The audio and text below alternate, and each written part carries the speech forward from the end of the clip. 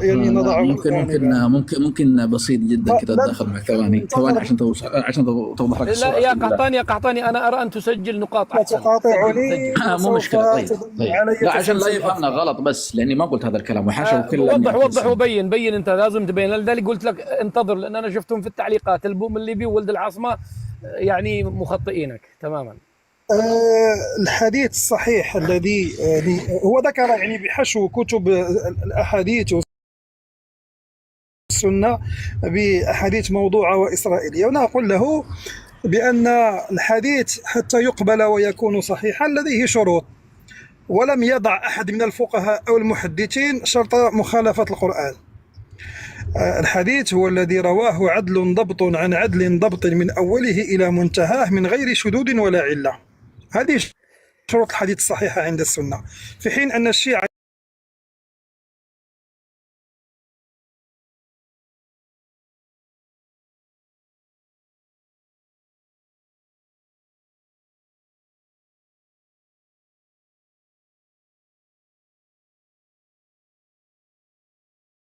من باب أولى كذابين في نقل القرآن، لأن يستطيع أقول لك الآن القرآن لديه سلسلة ولديه سند في روايته، من نقلوهم الصحابة ثم التابعين ثم هكذا إلى أن وصلنا.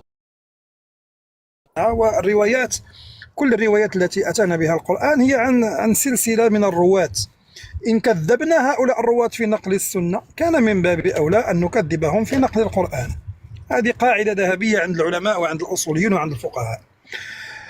أما مسألة لا هنا دقيقة ولد العاصمة، هنا سيقولون لك الله قد قد تكفل بحفظ القرآن الكريم، لكن لم يتكفل بحفظ السنة. شوف يا أسعد، اعتبرني الآن أنا ملحد أمامك الآن وأناقشك في هذه المسألة، أقول لك هات لي دليل على أن كتابك محفوظ، هات لي دليل أن القرآن الذي بين يديك هو الذي أنزل على النبي صلى الله عليه وسلم. بماذا سوف تستدل القرآن وإنا له لحافظون؟ أنا أشكك فيه وتستدل لي على باب القرآن. أقول لك هذه آية أضفتموها أنتم لا وجود لها. الاستدلال على صحة القرآن ليس بالقرآن نفسه، بل نستند على صحة القرآن بعلم عز الله به هذه الأمة، هو علم الأسانيد، أي أن الحديث أو الآية ما رواه مجموعة كبيرة جدا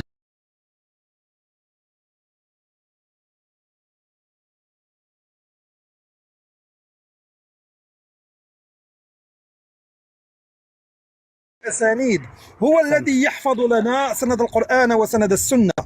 فهذه السلسلة التي أوصل هذا الفرق بيننا وبين اليهود والنصارى. اليهود والنصارى لم تكتب كتبهم إلا بعد أزمنة عديدة عن موت الأنبياء، لكن القرآن الكريم كتب في عهد النبي صلى الله عليه وسلم، والحديث كتب أيضا في عهد النبي صلى الله عليه وسلم. وهنا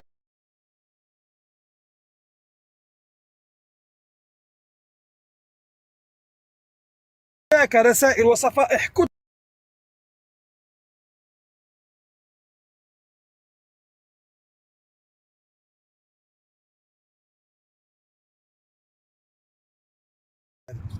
لأن الذي أوصل إلينا القرآن هم الذين أوصلوا إلينا السنة، فإن كانوا كذابين في نقل القرآن السنة كانوا من باب أولى كذابين في نقل القرآن. وهذا علم مصطلح الحديث، هذه النقطة حتى تكون واضحة. أحسنت. مسألة الفرق بيننا وبينهم، الكل يعلم بأن الزيدية في اليمن قام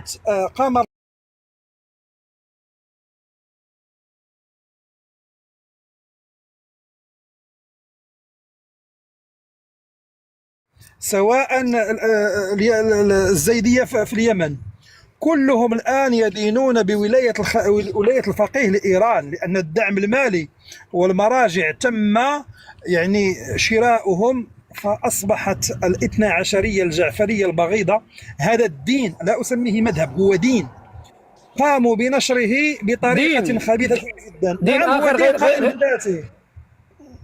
ليسوا مسلمين. لا ليسوا مسلمين. الإمام البخاري والإمام أحمد والإمام مالك اعتبروا الاثنى عشرية الجعفرية ليست من المذاهب الإسلامية، لا تصح ذبائحهم ولا نصلي خلفهم، هذا أمر واضح. الاثنى عشرية دين يعبد فيه 12 إلها، 12 إلها يعبدون يصلى كلام خطير لهم. يا ولد العاصمة، لكن أنت ملكك هو الحسن الثاني وسبقك بها. شوف يا أسعد، أنا أتحدى أي شيعي أن يأتيني بعبادة تصرف لله عز وجل لم يصرفها الاثنا عشرية للأئمة 12 من خلق وجنة ونار، الدعاء، السجود، الذبح، الاستغاثة، كل العبادات التي يصرفها المسلم لله عز وجل يصرفها الاثنا عشري للأئمة. والإمام في عصرنا هذا المراجع الذي ليس مجوسي فرسي إيراني لا قيمة له في دين الشيعة، حتى نكون واضح، لأنه دين أقيم على العرقية، أقيم على حقد المجوس على المسلمين بعد أن أطفأ عمر بن الخطاب رضي الله عنه وأرضاه نار كسرى. لذلك هم يلعنون عمر رضي الله عنه أكثر من غيره من الصحابة. هذا الحقد التاريخي. لماذا يتردون على الحسين ويتعبدون للحسين ويستغيثون بالحسين؟ بكل بساطة لأن الحسن رضي الله عنه وأرضاه بايع معاوية رضي الله عنه وأرضاه، ويعني قام بكبح جماح حرب طائفية كانت ستأتي على الأخضر واليابس، لكن بحكمته هذا حفيد البيت. الأخ اللي يتكلم عن المبشرين بالجنة الذين ذكروا مباشرة هم 10، لكن لو عدنا للأحاديث سنجد أكثر من 10 بما فيهم البيت. لم يقل أحد من أهل السنة والجماعة أن المبشرين بالجنة عموما هم فقط 10، وإلا لو أتينا بالأحاديث سنجد غيرهم، سنجد أمنا عائشة، سنجد الزهراء رضي الله عنها وأرضاها، سنجد علي بن أبي طالب، سنجد العديد والعديد من الصحابة ومن أهل البيت. لا أحد يخالف في أن أهل البيت يعني من أهل الجنة. لا أحد يخالف في أن الذين بايعوا تحت الشجرة ترضى الله عز وجل عنهم من فوق 7 سماوات. لا ينكر هذا إلا جاحد، لا ينكر فضل البيت إلا جاحد، كذلك لا ينكر فضل الصحابة. لذلك مسألة أنهم أتونا فقط ب10 مبشرين بالجنة أو أنهم زوروا إلى غير ذلك هذا كلام مردود عنه، وإلا فكتب أهل السنة والجماعة هي من تحمل فضائل أهل البيت. كتب أهل السنة والجماعة هي من تنتصر لأمنا عائشة رضي الله عنها وأرضاها، في حين أن كتب الشيعة إلى يومنا هذا يكذبون الله عز وجل ويتهمون أمنا عائشة بالزنا والعياذ بالله، رغم أن الله برأها من فوق 7 سماوات. لا يزالون في كتب الشيعة يدعون أن علي بن أبي طالب بعوضة، لا زالوا يطعنون في آل البيت إلى يومنا هذا، لا زالوا يدعون أن عمر كسر ضلع الزهراء وأن علي بن أبي طالب تنقصه الرجوع يدافع عن زوجته. كل هذا موجود إلى يومنا هذا في كتب الشيعة، في حين أن كتب أهل السنة والجماعة تنتصر لآل البيت كما تنتصر للصحابة. هذا ما عندي أخي ياسر. أشكرك، ما عاد خليت شيء أصلا، إيش هذا ما عندك. المهم الليبي تفضل. السلام عليكم ورحمة الله وبركاته. تحياتي للجميع. مرحبا. حياكم الله جميعا. أولا أعتذر للأخ المغربي الأستاذ الذي نزل قبل قليل. نعم هو حدثني في الخاص ووعدته بأن أحدث أسعد أن يظهره ونسيت، فأنا أعتذر له كل الاعتذار. هذا أولا. ثانيا حي الله أخي ولد العاصمة الذي لم يترك لي ما أقول تقريبا، بارك الله فيك وجزاك الله عن ذلك خيرا. أولا إذا تحدثنا عن الشيعة بمعنى المناصرة فنحن شيعة أهل البيت، إنما هم الروافض الذين غلفوا حقدهم على الصحابة بادعائهم حب آل البيت، وإلا فالحقيقة هم يكرهون آل البيت ويكرهون الصحابة ويحنون إلى مجوسيتهم، ولا زال نعل عمر رضي الله تعالى عنه وأرضاه يؤلمهم ولن ينسوا ذلك إلى يوم الدين. مبدئيا هم دين آخر لا علاقة له بدين الإسلام أبدا. كيف يكون دينا ورسول الله صلى الله عليه وسلم يقول لا تسبوا أصحابي لا تسبوا أصحابي، فوالذي نفسي بيده لو أنفق أحدكم مقدار أحد ذهبا ما بلغ نصفيه ولا معشاره، أي في فضل صحابته صلى الله عليه وسلم. أنا ما دفعني لطلب الجست هو ما قاله الأخ القحطاني. عموما حتى أبلور الفكرة، بالنسبة للشيعة شرهم ظاهر وبين لما ذكره الإخوة. يجب علينا أن نركز على مداخل الشيعة على النقاط التي يدخل منها التشيع إلى شبابنا، ولعل أحدها وأهمها هو الرأي في معاوية رضي الله عنه. فالرأي في معاوية من أهم المداخل التي يدخل منها الشيعة إلى عقول أبنائنا، يبدأون له بإقناعه بأن معاوية ظالم وبما أن معاوية فاسق، ثم ينتقلون به إلى أن معاوية كافر، فيبغض معاوية كل البغض، فيصبح في عقله أرضية جاهزة لاقتحام التشيع إليه دون سابق إنذار. فعلينا أن نعلم أبناءنا فضل معاوية رضي الله عنه، وأن نسكت عن الخلاف الذي حدث. سئل الإمام مالك عن ذلك فأجاب إجابة شافية، قال: هي فتنة طهر الله منها سيوفنا فلنطهر منها ألسنتنا. أما معاوية فخال المؤمنين وأحد كتبة الوحي، ودع ما جرى بين الصحابة بينهم بسيوفهم يوم التقى الجمعان، فقتيلهم منهم وقاتلهم لهم وكلاهما في الجمع مرحومان. أما هذا المدخل مدخل خطير جدا، وهو الطعن في معاوية رضي الله عنه وفي يزيد، ثم يتدرجون به. هذه النقطة الأولى. النقطة الثانية، سأعيد صياغة، لا أقول سأعيد صياغة ما قاله الأخ ولد العاصمة. أعتقد أن مشكلتنا الآن العقدية هو أننا نعتبر الكتاب رقم 1 والسنة رقم 2، أو ما يسميه أهل العلم بالقشور واللب. ما كانت السنة يوما رقم 2 والقرآن رقم 1، بل كلاهما. فالكتاب والسنة يسميهما أهل العلم، وعلى رأسهم الإمام مالك، وأنا أصر على الاستدلال بالأولين حتى أخرج من الخلاف. الإمام أحمد بن حنبل، الشافعي، الإمام مالك، الإمام أبو حنيفة، كلهم يسمون الكتاب والسنة بالوحيين، لأن رسول الله صلى الله عليه وسلم لا ينطق عن الهوى، ما ضل صاحبكم وما غوى وما ينطق عن الهوى. فالقرآن وحي، وأقوال وأفعال محمد صلى الله عليه وسلم وحي. والسنة تأتي إما مفصلة وإما مبينة لكتاب الله وإما مكملة له. وهذا لا يعني أن كتاب الله ناقص، لا، بل هناك أشياء سكت عنها الكتاب جاءت بها السنة. صلاة المغرب مثلا لم تذكر في القرآن قط، لم تذكر في القرآن صلاة المغرب أبدا، فمن أين أتينا بها؟ صفة الصلاة ألم نأخذها من رسول الله صلى الله عليه وسلم؟ فأن نجعل الكتاب رقم 1 والسنة رقم 2 هذا أكبر خطأ، لأنك إن استغنيت عن السنة فإنك ستستغني عن الكتاب غصبا عنك. يقول الحق سبحانه وتعالى: قل إن كنتم تحبون الله فاتبعوني يحببكم الله. الآن أنا في سنة 2024 أريد أن أطبق هذه الآية، أريد أن أتبع رسول الله حتى يحبني الله. فإلى أين سأعمد؟ سأعمد إلى السنة. إن لم أجد السنة فأنا أقر بأن هناك خللا في كتاب الله، وهذا غير صحيح.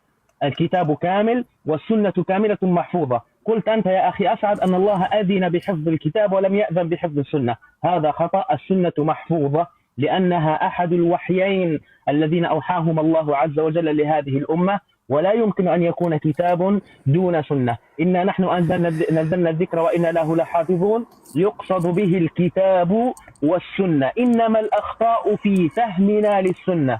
قال الأخ: نريد أن نغربل الأحاديث. الأحاديث واضحة كاملة، نغربل أنفسنا، نجمع على الحق فقط ولا نغربل السنة. البخاري ومسلم وغيرها من كتب الأحاديث كتب صريحة، كتب واضحة. ذكر ابن العاصمة أسباب صحتها، ألا وهي التواتر كابرا عن كابر، وذكر لك رأيا مقنعا. فمن أتانا ومن جاءنا بالكتاب هم أنفسهم الذين جاءونا بالسنة. أما أن تغربل الأحاديث وتعرضها على العقل، وأعتقد أن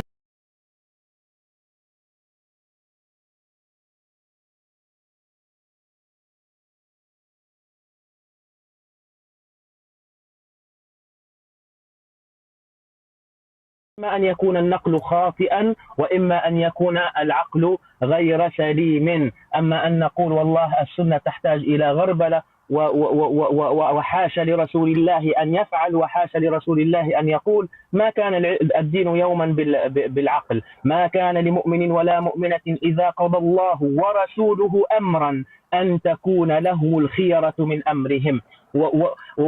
بلى وربك لا يؤمنون حتى يحكموك فيما شجر بينهم ثم لا يجدوا في أنفسهم حرجا مما قضيت ويسلموا تسليما. إذا قلت أن هذه الآية خاصة في زمن رسول الله صلى الله عليه وسلم فقط فأنت تدعي أن القرآن غير صالح لهذا الزمان، والقرآن صالح لكل زمان وآياته صالحة لكل زمان، فهذه الآية صالحة في زماننا، فلن نؤمن حتى نحكم سنة رسول الله صلى الله عليه وسلم فيما جرى بيننا، ثم نرضى بما حكم رسول الله صلى الله عليه وسلم ولا يكون في أنفسنا حرج من ذلك أبدا. الحل نذهب إلى أقرب نقطة اتفاق بيننا، ولا أعتقد أن أهل السنة والجماعة سيختلفون على مالك وأحمد والشافعي ورابع الأئمة. فالحذر الحذر، لا كتاب دون سنة ولا سنة دون كتاب، لا وجود للب وقشور، الدين كله لب مبني على كتاب وسنة وليس على كتاب ثم سنة. بارك الله فيك. يا أخي الكريم، أنا طبعا ربما المتابعين يعرفون أنه دائما عندي مسك الختام هو البوم الليبي، لكن لابد من حق رد الأخ قحطاني. وقبل أن يتحدث قحطاني حول الأمر، ولد العاصمة سأعطيك أنت أيضا. أنا فقط أقول لك أن الدكتور نور الدين راسلني أكثر من مرة، وأنا أرسلت للمشرف عندك أكثر من مرتين، فقط ربما نسي حتى أبرئ ذمتي. اللي كان معنا. نعم. نعم، أنا أرسلته مرتين سكرين للمشرف. صافي تمام. بارك الله. والله يا أخي أنا سبحان الله هذا اللايف ما توقعت أن يكون بهذا العمق. اليوم استفدنا والله العظيم، استفدنا منكم الكثير. في إخوة تبونيون رافعون أيديهم، والله ما هو جوكم، أنا متأكد ما هو جوكم، ذلك ما طلعتكم. سامحوني إخواني التبونين، ما عندكمش من هذا الكلام، ما تستروش أنتم، ما عندكمش من هذا البضاعة. أطلع تقول لي جدي شهيد والنيف والمكبر الصوت مش وقتها الآن، واليمني والمخزن ما وش موضوعنا. لذلك ما طلعتكم والله العظيم، أنا قد طلعت واحد ونزلته، لأنه سيخدش الوقار والهيبة لهذا اللايف الجميل. وفيه من هؤلاء الأساتذة والله العظيم، أن هؤلاء الثلاثة تحديدا الواحد يقعد كذا يربع عيده ويستفيد، لا نناقش ولا شيء. وحتى خلافهم، شوفوا خلافهم راقي جدا، خلاف تنوع وليس خلاف تضاد، ليسوا ضد بعض. لاحظوا هم ليسوا ضد بعض، لكن خلاف فيه تنوع، ربما كل منهم رأى من زاويته. ولأن الأخ القحطاني رأيته يكتب أنه فهم قصده بالخطأ فله حق الرد. تفضل يا أخي قحطاني. شكرا لك، وحيا الله ضيوفك ولد العاصمة على ما أسهب كلام الجميل في الأصول، وكذلك الأخ شايف ايش القهر انه ما سجلت اللايف يا أسفا والله العظيم، ما وش نقول. إن شاء الله بإذن الله مسجل في عقول الناس الذي تريد الخير. المهم هو دائما القاعدة تقول مقصود لم يفهم أو مفهوما لم يقصد. هذه الحالتين يا أستاذ أسعد هي دائما تسبب عدم يعني دائما المشاكل أو التضاد، أو أنا ما فهمت مقصدك الذي أنت تقوله، أو إنك أنت قلت أشياء أنت لم تكن تقصدها إلا لأمر ما، فأنا فهمتها على محمل آخر. خلينا نبتدي بما انتهى فيه الأخوي الليبي بلد الشهيد عمر المختار، البلد الجميلة الحبيبة الغالية على قلوبنا ليبيا. قال هو يستدل بالإمام أحمد. الإمام أحمد مثل ما تعرفون أنتم هو المذهب الثاني بعد أبو حنيفة، أولد في المدينة المنورة، وكان يدرس في المدينة المنورة، وقال كلمته المشهورة كلا يؤخذ منه ويرد إلا صاحب هذا القبر، يقصد النبي صلوات ربي وسلامه عليه. أما حنا كبشر يؤخذ مننا ويرد. إخواني الذي ما رضي يفهم، يعني اللي من قضية ما رضي يفهمونها، المقصد الذي ما فهموه هي قضية على إني أنا قرآني، حاشا وكلا، لا والله الله لا لا لا لا لا لا لا أنا أشهد لله أنك لست كذلك، لست من القرآن. لأن هذا الكلام يتنافى. الله يقول في القرآن الكريم وما أرسلنا من رسول إلا بلسان قومه، وما أرسلنا قبلك إلا رجالا نوحي إليهم فاسألوا أهل الذكر إن كنتم لا تعلمون. قال بعدها وأنزلنا التوراة والزبور، أظن قال وأنزلنا عليك الذكر لتبين للناس ما أنزل إليهم. فالله أمر النبي صلوات ربي وسلامه عليه أن يبين، وهذه الآية موجودة في القرآن الكريم، أن يبين لنا ما أنزل إلينا. لكن أنا أتكلم على بعض الحشو الذي أدخلوا. يا أستاذ أسعد خلينا نتكلم شوي أنا وأنت الله يحفظك. حسب الفطرة الإنسانية أما قضية أن الإنسان بيكون عقلاني، إذا سخن الإنسان المفروض له بالعقل، إذا سخن رأسه يضرب له حقنة في رأسه، يضرب له حقنة في مؤخرته.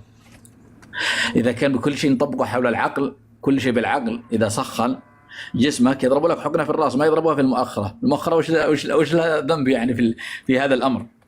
لكن في هناك أشياء نتخذها حسب النقل على العين وعلى الرأس ما تتوافق مع القرآن الكريم. جميل. خلينا نتكلم أنا وأنت الحين فطريا يا أستاذ أسعد. توجد المكتبات كما قال الإمام الألباني الله يرحمه، يعني في الظاهرية 10,000 صنف، كل صنف أكثر من 40 كتاب، هذه كلها قرأها الألباني. طيب هذه الكتب وش وظيفتها في الحياة؟ وظيفتها تفسر 600، ركز عليه، 606 صفحات ما يسمى اليوم بكتاب الله القرآن الكريم. جميل جميل. وتفسر صحيحين ما تسمى بصحيح البخاري وصحيح مسلم. وانتم مثل ما تعرفون بعادية البخاري تساعيته، وأقربية البخاري ثلاثيته، وأوسطه الإسداسيات، يعني ما بين البخاري ورسول الله الأقرب 3 أشخاص، والأوسط تكون 6 أشخاص، لأن البخاري مواليد يعني توفي 256 ومن مواليد 100 أظن 96، وكان بعدها ابن السائب الكلبي وما شابه ذلك، أو ابن أبي عاصم الشيباني صاحب كتاب الآحاد والمثاني. وما لنا في هذا الأمر المهم، ما نبي ندخل فيه. فالمقصد يا أستاذ أسعد، أنا أتكلم على أن بعض الأحاديث اليوم عندنا في أحاديث صحيحة، أحاديث ضعيفة. يا أخي كأهل سنة وجماعة نقول إن عندنا أصح كتاب بعد القرآن الكريم، تلقائيا نقول البخاري، هذا أصدق كتاب. نأتي نقول بعد البخاري الإمام مسلم. إذا جمعناهم نقول أصح كتابين عندنا يا أهل السنة والجماعة، أصح كتابين بعد كتاب الله عز وجل البخاري. طيب البخاري ومسلم كم نقلوا؟ البخاري 4500 حديث، وكذلك ما اسمه الإمام مسلم 4500 حديث، والبخاري 7500 حديث أو 6500 حديث.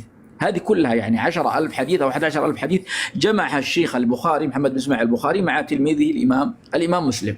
وفي أشياء أبواب بوب عليها البخاري في صحيحه، وكذلك عدلها الإمام مسلم في صحيحه وهي مبوبة عليه، وأشياء هذه موجودة كثير. طيب إيش الذي تبي توصل له يا قحطاني؟ في بعض الأحاديث وتكتب عندنا كأهل سنة وجماعة على إنها ضعيفة، يستغلونها هؤلاء الزيدية، ويستغلونها الشيعة بطريقتهم بكتبهم اللي موجود بالكافي وغيره، حتى يقتلون بها، ويأتيك عامية الناس يرددون بعض الأحاديث. أنا أشوف أن الذي يتكلم بالحديث لابد أن يعرف مثل ما ذكر أخوي ولد العاصمة صحة الحديث، الجرح، التعديل، الحديث الصحيح من الحديث الضعيف، من الحديث الحسن، من الحديث الموصول، من الحديث المقطوع، من الحديث المرفوع إلى النبي صلوات ربي وسلامه عليه. فعلم الحديث رجال وجهابذ مشوفين، لا نأتي نأخذ بعض الأشياء ونقول قال فيها رسول الله واليوم نحقق في الحديث نلقاه أما متروك ولا ضعيف حتى نقتل فيه بعض المسلمين. هذا الذي حبيت أقوله، لا أقل ولا أكثر، برغم من الحديث 10 المبشرين بالجنة قال عنه أبو داود ضعيف. طيب هذا ما ليس كلام القحطاني، كلام أبو داود، قال فيه أبو داود طبعا عن الذي ورد الحديث، يعني عن راوي الحديث الذي سرد الحديث أو نقل الحديث، قال عنه ضعيف، ليس كلامي هذا، كلام أبو داود. وأبو داود أحد الذين جمعوا الأحاديث له كتاب. فالله يحفظنا ويحفظكم يا رب. وشكرا لك وعليهم هؤلاء المجوس يا رجال الذين قتلون بحجة أنهم يقاتلون الكفر، والله ما أرادوا أن يقتلوا إلا الإسلام. طيب إذا هناك تعليق ولد العاصمة أو البوم ونختم. مو مشكلة بختم فيها بس. والله ما أرادوا أن لحظة أكمل يا ولد العاصمة، بختم فيها وبروح أترخص منكم جميعا، أنا آسف. والله ما أرادوا يقتلوا فيه إلا المسلمين بحجة لا إله إلا الله محمد رسول الله وأننا على حق. قتلونا في اليمن باسم أمريكا واسم إسرائيل، والله لا يوجد أمريكي ولا يوجد إسرائيلي، وإنما يوجد يمنيين مننا وفينا استخدموا أبناءنا بملازم، واستخدموهم بولاية، واستخدموهم على إن علي رضي الله عنه وأرضاه قسيم النبي صلوات ربي وسلامه عليه ومن أهل الجنة والنار، يربطوا لهم طوق، هذا مفتاح للجنة. وروح قاتل أمريكا في مارب، روح قاتل أمريكا في تعز، روح قاتل أمريكا في عدن. لا يوجد يا أخي، ما قاعدين لنقتل بعضنا البعض. وينهم عن قول الله تعالى في القرآن؟ الله يقول في القرآن ومن قتل مظلوما فقد جعلنا لوليه سلطانا فلا يسرف في القتل إنه كان منصورا. وهؤلاء يستخدمون القتل للثأر، والله ما له دخل بالعقيدة، والله ما له دخل بالدين، أقسم بالله للثأر بس. قتلت مني أنا لازم أقتل منك، قتلت عمي أنا لازم أقتل منك. لما قتل جواز طلع عبد الملك الحوثي مع الجنبية حق أخوه الذي قتل جواز بها، كان راميها على جنب حتى يأخذ بثاره بعدين يلبسها. يا أخي هؤلاء سفك للدماء، سفك للدماء، ويوعدون الناس بحجة نحرر بيت المقدس وغزة. غزة اليوم على أنهم ينصرونها، دخلوا في بداية غزة كانت الكيان موجود في غزة، اليوم الكيان قرب مصر في رفح. دخلوا في البداية على أنهم ينصرون غزة على 5,000، اليوم 50,000 أو 70,000 فلسطيني، ومع ذلك يوهمون الناس أن أبنائهم ما كانت تحت القصف، أبنائهم ما عاشوا هذا الويل الذي الناس تعيش في غزة وغيرها. شكرا لك يا أستاذ أسعد، وإذا كان الطباع طباع سوء فلا أدب يفيد ولا طبيب. شكرا ولا لكم. طبيب. أحسنت. ولد العاصمة ولا أحدكما أو كلاكما يعلق ويختم؟ نعم، أنا فقط كلمة بسيطة، واترك أخي معاذ حفظه الله يبينه أفضل مني. أخي القحطاني ما زلت أحسن بك الظن، لكن كلامك فيه تناقض شديد جدا. أول شيء البخاري 7,600 حديث، هذا بالحواشي وبالمعلقات، لكن ما صح من حديث البخاري دون معلقات ولا تكرار وما أجمع عليها العلماء هي فقط 2,600 حديث صحيح، ليس 7,000. متى ولد البخاري ومتى جمع هذا الحديث؟ هذه أيضا شبهة. البخاري ليس أول من كتب الحديث، سبقه موطأ إمام مالك، سبقه سفيان الثوري، وسبقه الحسن البصري، وسبقه الأوزاعي، وسبقه العديد من كبار التابعين الذين كتبوا كتبا جمعوا فيها الأحاديث الصحيحة. لما تتكلم أخي عن الحشو بارك الله فيك تقول أننا حشونا الكتب. طيب من الذي مخول له أن يميز لنا الصحيح من الحشو؟ أليس هم العلماء المحدثين؟ هل أنا وأنت قادرين على تمييز الحشو من صحة الحديث؟ طبعا هذا أمر مستحيل، لأننا لا نملك فن الآلة ولا نستطيع أن نفتي بصحة أو ضعف حديث معين، لأن الأمر يتطلب أن نصل إلى درجة الاجتهاد، أن تكون عالما فقيها أصوليا محدثا مفسرا، عالم بالقرآن الكريم، وعالم بالسنة، وعالم بالناسخ والمنسوخ والمطلق والمقيد والعام والخاص. كل هذه القواعد الذي يمتلكها هو الذي لديه الحق فقط أن يميز الضعيف من الحشو. ومعاذ الله أن يكون كتب أهل السنة بحشو أو تتضمن حشوا، لأن الناس أفنوا حياتهم في خدمة حديث النبي صلى الله عليه وسلم ونخلوه نخلا وأزالوا منه كل الشوائب. فمن يقول أن هناك حشو لابد أن يأتي بالدليل ويكون قادرا ومتمكنا. وأنا أشد على أخي معاذ في الكلمة التي قالها، خصوصا حينما ذكر الآية وقال أنها تليق لكل زمان ومكان، لأن القاعدة الأصولية تقول العبرة بعموم اللفظ لا بخصوص السبب، والقرآن الكريم صالح لكل زمان ومكان. هذا ما عندي أخي أسعد. أنا أسير في الشارع وتكلم مثل مجنون. تفضل معك المداخلة. تحياتي دكتور معاذ، إذا اختم، إذا أردت أن تختم بأي خاتمة كعادتك الطيبة. لم يترك لي ولد العاصمة أي شيء، لا أقول إلا رد الله عن وجهك النار كما رددت عن سنة محمد صلى الله عليه وسلم. فقط أضيف إضافة قليلة، يجب أن نميز جيدا بين المذاهب والطوائف. اسمعوها يا إخوتي، يجب أن نميز بين المذاهب والطوائف. المذاهب اتفاق تام في العقيدة مع اختلاف بسيط في الفقه.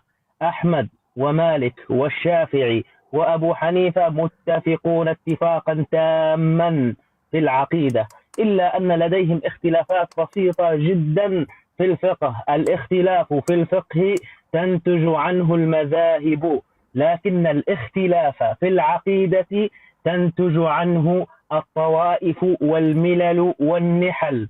خلافنا مع القوم الروافض خلاف عقدي وليس خلافا فقهيا أبدا.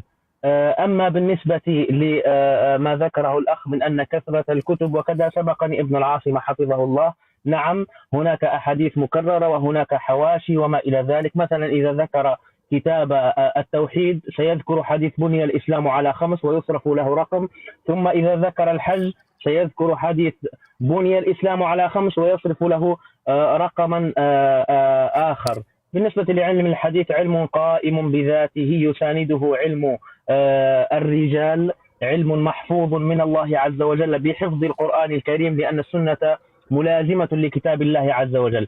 أما إذا تهنا وإذا ما عرفنا من نتبع كما قال الأخ، يقول الحق سبحانه وتعالى: فاسألوا أهل الذكر إن كنتم لا تعلمون. ولا ننسى أن الأساس في الأمر هي النية. رزق الهدى من للهداية يسأل. إذا كنت لا تبحث عن الباب بنية صادقة فلن يهديك الله عز وجل للباب أبدا.